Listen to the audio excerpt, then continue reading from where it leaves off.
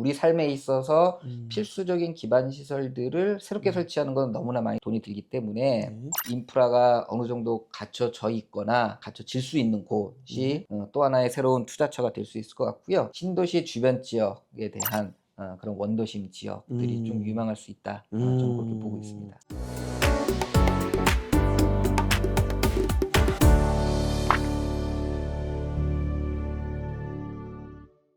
계속해서 좀 여쭤보고 싶은데요. 자, 도시 중심 지역인 원도심, 이거는 왜 재개발이 활발할까요? 원더심 같은 경우는 과거부터 사람들이 모였던 곳이고요. 네. 네, 그 지역을 중심으로 도시가 이제 계속 팽창하고 확장해 나갔던 곳입니다. 그런데 그 원더심 같은 경우는 이제 낡다 보니까 그다음에 이제 개발의 편리성 이런 이유로 도시 외곽에 더 많은 이제 사람들이 나갔고요. 그래서 우리 이제 도시적인 측면에서 그런 것들을 이제 도심 공동화라고 부르는 거죠. 네. 단편적인 예로 보면은 우리 서울의 과거 도심부는 그 명동을지로 부분이었잖아요, 그죠? 그쵸. 예, 을지로가 지금은 이제 힙지로로 돼서 이제 좀 음. 많이 낮아지긴 했는데 맞아요, 맞아요. 몇 년 전만 해도 을지로 지역은요, 저녁 6시 퇴근 이후가 되면 싹 사람들이 없어서 불도 다 음. 꺼져 있고, 맞아, 맞아. 예, 빈 공간이 됐던 거죠. 예. 그다음에 여의도 같은 경우도 지금 많은 증권사, 은행 뭐 이런 것들이 있어가지고 낮 시간에는 되게 활발하고요. 점심 시간에는 조금만 늦게 나가면은 밥을 제대로 먹기 힘들 만큼 사람들이 많이 활동하는 음. 곳이긴 한데 음. 주말만 되면은 완전히 텅 비어 있습니다. 네. 예, 이렇게 이제 중심부가 비어지는 현상을 이제 도시 공동화다라고 부르고 있고요. 이런 네. 공동화가 지속되다 보니까 다시 이제 재정비해서 쓰는 부분들에 음. 대해서는 여러 가지 돈적인 문제 이런 음. 것들로 좀 꺼려졌던 부분들이 있는데 음. 이런 원도심들이 이제 최근 들어서 재개발이나 재건축들이 이제 활발하게 일어나고 있습니다. 네. 왜냐하면 원도심 같은 경우는 그 지역에 대한 어떤 지역다움, 지역 특색을 좀 많이 간직을 하고 있는 부분들이 있고요. 네.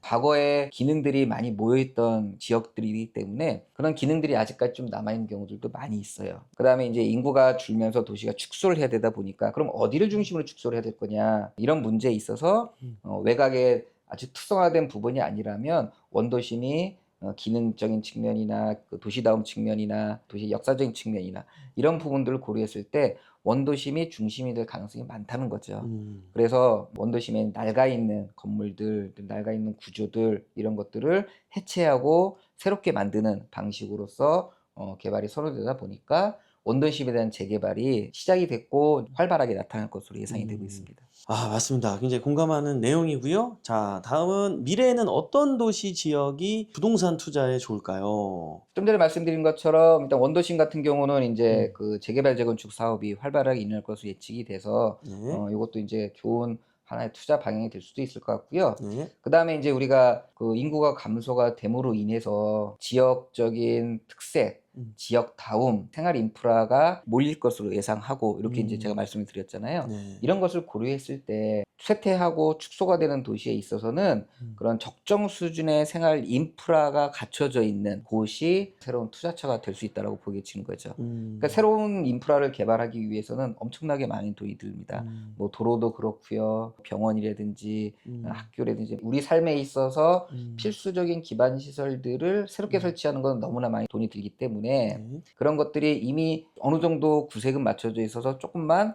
개량을 음. 한다라면 잘 쓸 수 있는 음. 이런 지역이 아무래도 미래에 있어서 도시에 대한 정부의 육성 방안이 될 수밖에 없는 것이고요. 네네. 그렇다면 우리가 투자한다라고 하면 과거와는 달리 과거에는 뭐 아무리 그 빈 땅이고 논밭이었다 치더라도 음. "여기가 개발될 거야."라는 소문이 퍼지면 사람들이 음. 많이 몰리고 그랬었는데 인제 음. 그러한 시대에는 어렵지 않느냐라고 보는 거죠. 하하. 그래서 인제 인프라가 어느 정도 갖춰져 있거나 갖춰질 수 있는 네. 곳이 또 하나의 새로운 투자처가 될 수 있을 것 같고요. 또 하나는 인제 매력적인 공간이 사람들에게 많은 관심과 흥미를 유발하는 곳입니다. 네. 과거에는 인제 건물들이 모양도 다 그 네모 반듯하고 획일적이고 색깔도 다 비스무리하고 이랬었는데 인제는 인제 건축 기술도 발전을 하고 사람들의 삶의 질이 많이 올라가다 보니까 보는 음. 눈들이 많이 높아졌어요. 네.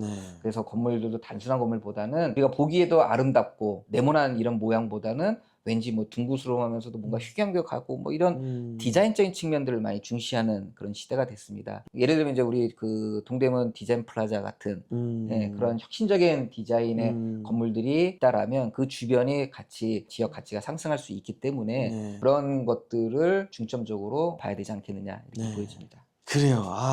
예, 다음은 스마트 도시와 친환경 도시는 왜 부동산 가치가 높아질까요? 요거 굉장히 궁금합니다. 스마트 도시라는 것은 음. 한마디로 최첨단 기술이 도시에 적용됐다라고 보여지면 되는 거죠. 음. 우리가 이제 가장 단편적인 예로 보는 것이 여러분들이 이제 버스 정류장에 가보면 네. 이렇게 모니터가 있어가지고 음. 뭐 몇 번 버스가 몇 분 뒤에 도착합니다. 네네. 그다음에 또 심지어는 음. 그 버스가 지금 혼잡도가 높습니다. 아니면 여유롭습니다. 음. 이런 게 표시가 되는 거죠. 네네. 20년 전에 제가 학교 다닐 때 앞으로 음. 이러한 것들이 음. 발현이 될 거다라는 얘기가 있었는데 이제 음. 점차 그것들이 구현되고 있는 거죠. 그래서 어. 이런 네네. 것들이 도시 생활을 좀 더 윤택하게 하고 음. 편리하게 만들어질 것으로 보여지는 거고요. 음. 그다음에 이제 친환경적인 환경 친화적인 도시라는 것은 삶의 질을 상당히 높게 만드는 것이죠. 네. 뭐 우리가 대부분 다 뭐 시끄럽고 매연 있고 이런 데는 다 음. 살기를 싫어하잖아요. 그죠? 네. 가급적이면 뭐그 공원 근처 또는 산 근처 그러면서 인제 공기가 깨끗하고 음. 사람들이 자주 이용할 수 있는 공원들이 주변에 있고 이런 음. 것들을 주로 찾는 이유가 인제는 우리가 삶의 질에 대한 것들을 중시하는 시대가 됐기 때문에 음. 그렇다는 거죠. 음. 그래서 스마트 도시와 친환경 도시의 부동산 가치가 높다는 이야기는 뭐냐면 그렇지 않은 지역보다 그러한 것들이 적용돼 있는 도시나 지역이 보다 경쟁력이 있다는 거죠. 예. 음. 가치가 높다는 얘기는 경쟁력이 높다는 얘기인 것이고 음. 그렇게 경쟁력을 높이기 위해서는 어쩔 수 없이 첨단 기술들이 적용이 음. 되는 스마트 도시, 네. 그다음에 환경적으로 우리 삶이 쾌적하고 윤택하게 될 수 있는 음. 친환경적인 도시, 이런 음. 것들이 됐다고 보여지면 됩니다. 예. 진짜 그럴 수밖에 없을 것 같고요. 자, 계속해서 미래의 도시에서 인기를 끌 만한 공간이나 건물 디자인은 어떤 특징을 가질까요? 미래 도시라고 한다라면 우리가 그 4차 산업혁명이 적용된 도시, 그다음에 앞서 음. 말드렸던 뭐 스마트 도시 뭐 네. 이런 것들을 볼 수 있는데 네. 원리적인 핵심을 따져간다라면 에너지 소비의 저감, 그러니까 음. 저에너지 네. 사용이라고 보셔도 될 것 같습니다. 네. 그래서 재밌는 연구가 하나 있었는데 이제 우리나라의 국책연구기관에서 한 가지 제안한 게 뭐였냐면 지금 현재 우리나라의 많은 분들이 본인의 인제 집을 고를 때 웬만하면 남향을 고르시잖아요. 그죠? 네네네. 예. 최소한 그러니까 음. 최대한 남향 음. 아니면 동쪽이나 서쪽으로 조금 방향을 틀더라도 그죠, 예 그죠. 그래서 남동향, 음. 남서향까지는 다 사람들이 인제 용인을 하고 네. 그런 집들을 많이 찾고 있는데 음. 예 뭐 북향 또는 서향 네. 이런 것들은 인제 거의 금기시되고 있잖아요. 그렇죠, 그렇죠. 그런데 이제 우리나라가 기후 변화로 인해서 음. 우리가 여름에 많이 덥잖아요. 네. 뜨겁잖아요. 예. 그래서 이제 실험을 하고 여러 가지 데이터를 측정을 해 오. 봤는데 남향으로 바라보는 집이 오. 그렇지 않은 집에 비해서 여름에 너무 많이 뜨겁다는 거죠. 예. 음. 그러면은 인제 우리가 이런 기후 변화 시대를 맞이해서 우리가 남향을 고집해야 될 이유가 있느냐. 이런 인제 연구 음. 결과가 있었다는 거죠. 야, 예. 그래요? 미래에 인기가 있을 그런 도시 환경 또는 음. 주택 이런 것들 따져 본다라면 우리가 전통적으로 생각했던 방식하고는 좀 많이 달라질 것이라고 보여지는 거죠. 그럴 수 있겠네요. 예예. 과거의 윗세대는 사실 아파트를 그렇게 선호하지 않았던 네. 세대였던 거죠. 예. 네. 어떻게 사람이 땅을 밟고 살지 않는 것이냐. 음. 예. 뭐 닭장 같은 아파트 저 높은 데서 왜 살아야 되는 것이냐라는 음. 그런 여러 가지 물음도 있었지만 지금은 그런 것들이 인제 다 많이 사라지고 음. 편리성과 공동체 생활에 대한 이점들 이런 음. 것들 때문에 인제 아파트에 대한 선호도가 엄청나게 높아지듯이 음. 미래에는 이게 어떻게 바뀔지 모르겠지만 음. 현재와는 많이 달라질 수 있을 것이다라고 보여지는 거죠. 네. 그래서 인제 미래의 핵심의 키워드인 에너지 저사용, 에너지 절감 음. 이라는 측면을 본다라면 전통적으로 쓰고 있는 석유, 석탄 같은 이제 화석 에너지가 아닌 음. 태양광이라든지 지열이라든지 음. 풍력이라든지 이러한 신재생 에너지라고 부를 수 있는 것들 네. 이런 것들이 적용된 도시가 음. 각광을 받을 것이고 음. 그래서 우리가 지금도 뭐 전기 자동차에 대한 사람들이 많은 관심도 있잖아요. 그죠? 네. 그래서 전기를 이용한 또는 이제 수소 에너지를 이용한 이러한 음. 그 오염 물질이 나오지 않는 이동 수단 음. 이런 것들을 활용하는 것에 더 많은 관심을 가질 수가 있다라고 보여지는 거죠. 음. 그래서 이런 것들이 많이 적용돼 있는 그런 도시가 각광을 받을 것으로 보여질 것 같고요. 네. 그다음에 우리가 이제 몇 년 전에 코로나를 겪으면서 재택근무, 원격 수업 많이 경험을 했어요. 그래서 네네. 이제 온라인 쪽으로 많은 것들이 소화될 수 있다는 경험을 했기 때문에 네. 사람들이 일을 꼭 모여서 한다라는 그런 생각은 안 갖고 있는 음. 거죠. 근데 음. 코로나 시대에 나타난 재미있는 현상들이 뭐가 있냐면 사람들이 기존에 있는 집 앞에 있는 공원들은요. 네. 다 쳐다보는 공원이었습니다. 예. 예. 음. 공원이나 또는 한강변에 있는 음. 집들이 값이 높았는데 그런 걸 실제로 하는 그 이용률은 그렇게 많이 높지는 않았던 네. 상황이었어요. 네네네. 근데 이제 코로나가 터지고 음. 난 다음에 사람들이 건강에 대한 관심이 생긴 거죠. 음. 그리고 예전 같은 경우는 뭐 헬스장 가서 막 운동하고 그럴 텐데 음음. 헬스장 가면 코로나 전염될 위험성이 있다 보니까 음. 오픈되어 있는 공간에 가서 운동을 하길 원했고, 그러다 음. 보니까 이제 공원, 집 앞에 있는 공원들이 음. 많은 선호를 받게 되는 거죠. 음. 그래서 기존에는 바라만 봤던 녹지 공간이 이제는 우리가 이용할 수 있는 녹지 공간으로 변화가 되는 것이고요. 집은 잠만 자는 곳이고 생활하는 곳, 일터는 우리가 가서 일하는 곳으로 양분돼 있던 곳이 이제 이게 합쳐지는 거죠. 그래서 집이 한마디로 내가 생활을 하고 잠도 자고 하지만 일을 할 수 있는 공간이라는 것들이 이제 중첩이 되기 시작을 한 겁니다. 옛날에는 좁은 집도 내가 혼자 편리하게 살 수 있으면 좋았다라는 개념이었는데, 이제는 혼자 살더라도 내가 원룸으로 만족할 수 있는 게 아니고 투룸으로 해서 하나는 내가 잠을 자는 공간이고 하나는 내가 원격 근무, 재택근무를 할 수 있는 공간이고 이런 식으로 생각을 하게 되는 거죠. 집도 규모도 조금 커지는 걸 선호하는 현상도 좀 나타나기 시작을 했고요. 직장과 가급적이면 가까운 곳, 직주 근접을 실현하려는 목적들이 많았는데 지금은 이제 원격이라는 것들이 이제 차츰 많이 도입되고 있기 때문에 그런 것들에 있어서 좀 더 멀어지는 그런 형태가 되는 거겠죠. 네. 그다음에 또 이제 여러분들께서 이제 많이 보셨겠지만 예전에는 뭐 치킨, 피자 이런 것들이 대로변 위주로 분포를 했었잖아요. 그렇죠. 예, 일명 상가에서는 목 좋은 곳이라는 것이 음. 되게 중요한 것이었고, 맞아요. 창업을 하려면 유동인구가 얼마나 많이 다니는 게 중요한 거고요. 한마디로 이제 목이라는 것들을 강조를 했었는데 코로나를 경험하면서 사람들이 그런 것들에 대한 이제 이미지가 바뀐 거죠.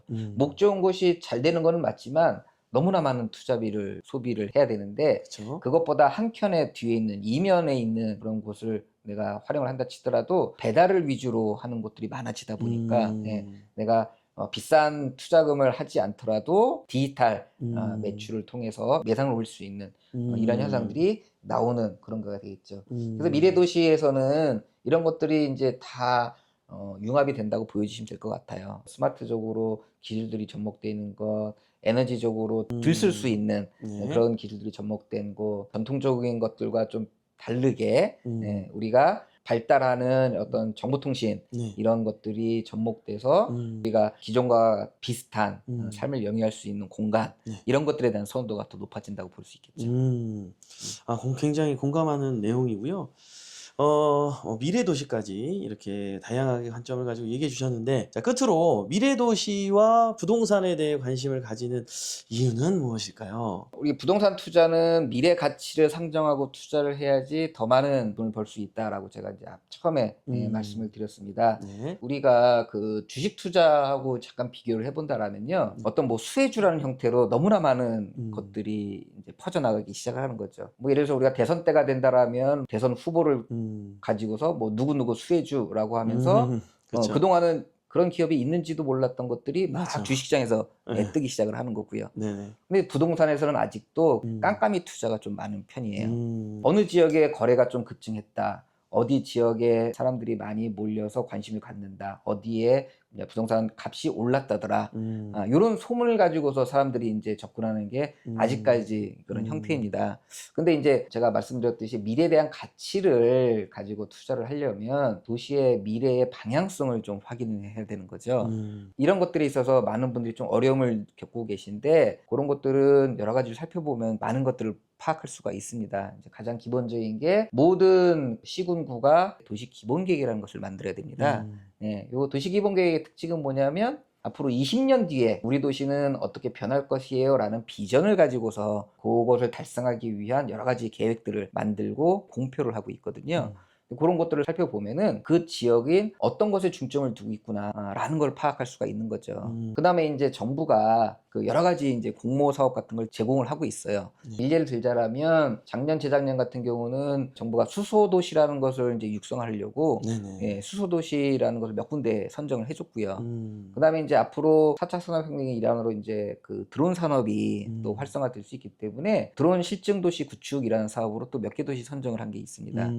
이런 것들을 이제 좀 흐름을 살펴본다라면 요 지역은 수소 산업이 핵심이구나. 요 지역은 드론 산업이 핵심이구나. 음. 이런 것들도 알 수가 있는 거겠죠. 그래서 이제 네네. 제가 여러분들께 말씀드리고 싶은 것들은 뭐냐면은 부동산을 이제는 깜깜이 투자 이런 데서 좀 탈피를 해서 앞으로 미래 가치를 여러분들이 좀 찾아보고 예측을 하고 가야 될 텐데 그러려면 이제 단순한 어떤 전문가의 컨설팅에 의지하기보다는 본인들께서 조금 관심을 가지고 도시 기본계획과 같은 그런 것들을 좀 살펴보시고 네. 한다라면 바람직한 투자를 할 수 있지 않을까 이렇게 보여집니다. 네. 아, 굉장히 공감합니다. 교수님, 이제 오늘 쭉 과거부터 현재 미래까지 얘기를 좀 들어봤는데요. 콕 집어가지고, 아, 요 지역이 좀 괜찮지 않겠냐, 이렇게 좀 제안해주고 싶으신 좀 지역을 좀 부탁드려도 될까요? 예, 여기 원래 항상 기존에 제가 없던 질문인데 예, 좀 항상 제가 드려봤습니다. 이제 그런 질문을 가끔씩 받습니다. 네네네. 뭐 도시계획 부동산 학과니까. 근데 이제 음, 많은 분들께서 도시계획보다는 부동산 쪽에 좀 더 음, 초점을 두시고 저한테 이제 그렇죠, 여쭤보시더라고요. 그렇죠. 예, 도시를 공부하는, 음, 연구하는 측면에서 본다라면 저는 이제 앞으로 일기 신도시들에 네. 대한 음, 투자도 유망하지 않느냐. 예, 물론 음, 이제 원도심도 이제 마찬가지가 되겠지만 음, 지금 원도심은 사실은 좀 많이 값이 올라가 있는 상태로 저는 보여지고 있습니다. 네네. 그래서 일기 신도시들 오르고는 있는데요. 네.